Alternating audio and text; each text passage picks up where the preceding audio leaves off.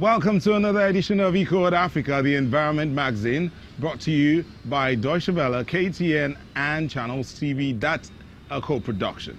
But this isn't just any show. It's our 100th edition, and we have a bunch of surprises for you this week.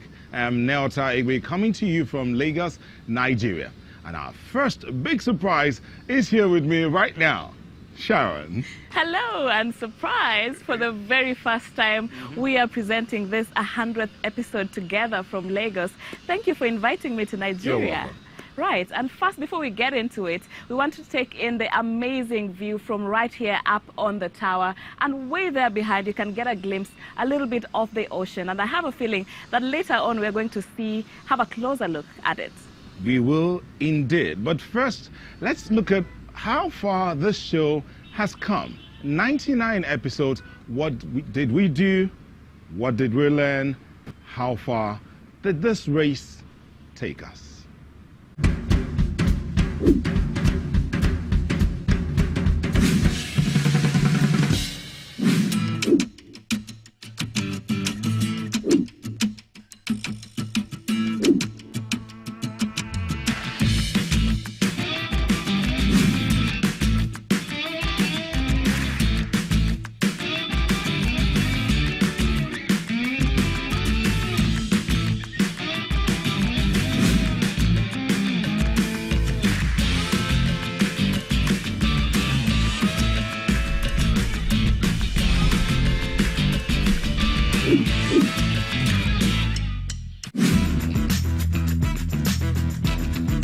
I didn't think that I can do it. It was a surprise for me.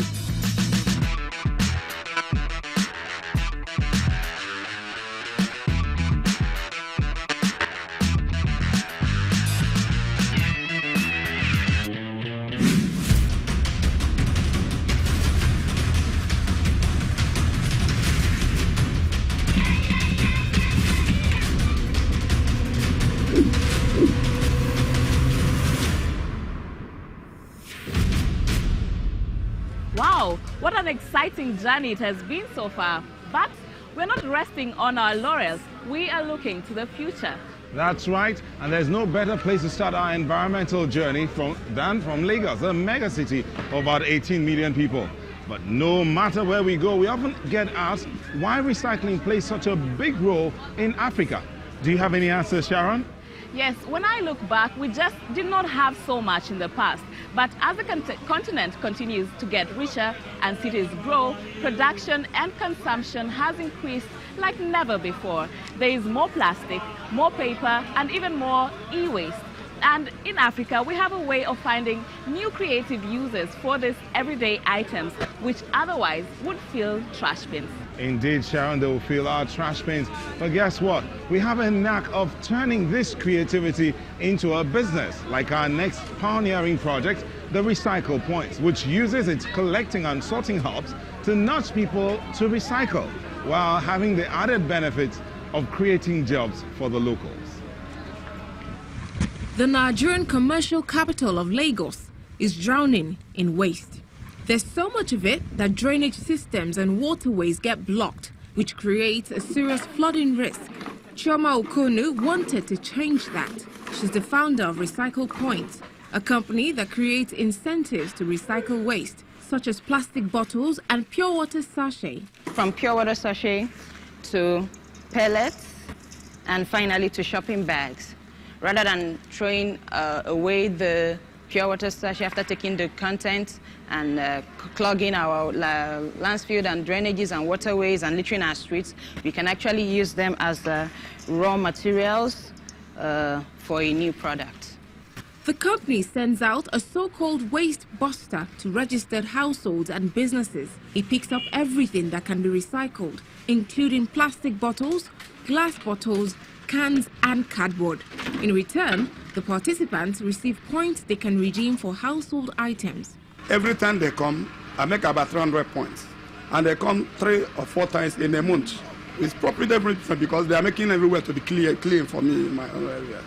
One PET bottle, for example, equals 1 point.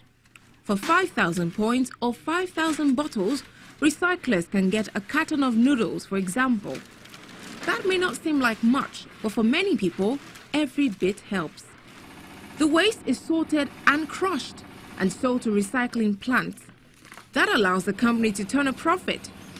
Turning trash into cash is an idea that Chioma Ukonu hopes will catch on, and she wants to raise environmental awareness. We usually introduce waste recycling to a community, to different communities by first of all organizing what we call the green rallies, where we, unclog the clogged drainages and litter streets, we sweep and clean. And as we are doing that, we are equally teaching the community dwellers about waste recycling, sorting their waste, in that we sort the waste that are even generated in that exercise. That help is urgently needed. Lagos State produces about 10,000 tons of waste per day. Too much for the municipal waste collection to handle. Residents appreciate the opportunity to reduce their impact on the environment, and so do local companies. As a bank, we produce quite a lot of waste. And now, instead of that just going to some regular landfill and polluting the environment, we find that we're being an even more socially responsible citizen, because we know that working with a trusted partner like Recycle Points, the huge amounts of waste that we do produce as a bank ends up somewhere good. More and more people are joining Recycle Points. Chioma Ukonu says the venture has been a success. We have about 6,000 households registered on our platform, and that's under the household recycling scheme, because we have both the household recycling scheme, the corporate recycling scheme, and the school recycling scheme, because we took this to the schools to be able to catch the young ones as early as possible, to start that culture change from an early stage. And it's been a fantastic ride so far. Today, just a small fraction of the Lagos's waste is recycled. That leaves Recycle Points with plenty of opportunity to expand its business. Well, it's great that she recently won an award for her business idea. She will be able to invest the $200,000 prize money. Auntie, did you know that Kenya has the largest wind power farm in Africa? Yeah. It is located in one of the driest parts of my country. But also I'm seeing that you're not really lacking in wind here in Nigeria. No, Sharon, not in my country. Like the beach where we are now, sometimes you get here and the winds are just amazing. For instance, well, so just take that out. Now, you see, it may not be as much as it used to be usually. And incidentally, I think we could actually set up one of those wind parks right here. Absolutely, and it would be a good step in solving one of Africa's biggest problems, that is power outages. And Turkana region of Kenya, let's head over there to that mega wind farm and see how the area is benefiting from this project.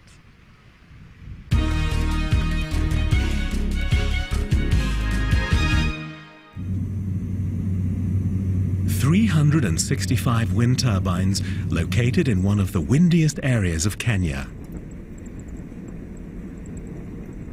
The Lake Turkana Wind Power Project is the largest private investment in Kenya at $670 million and the largest wind farm in Africa. It's owned by, among others, a number of Scandinavian investors. There's wind pretty much non-stop in this area of northwestern Kenya. It has incredibly steady winds throughout the year.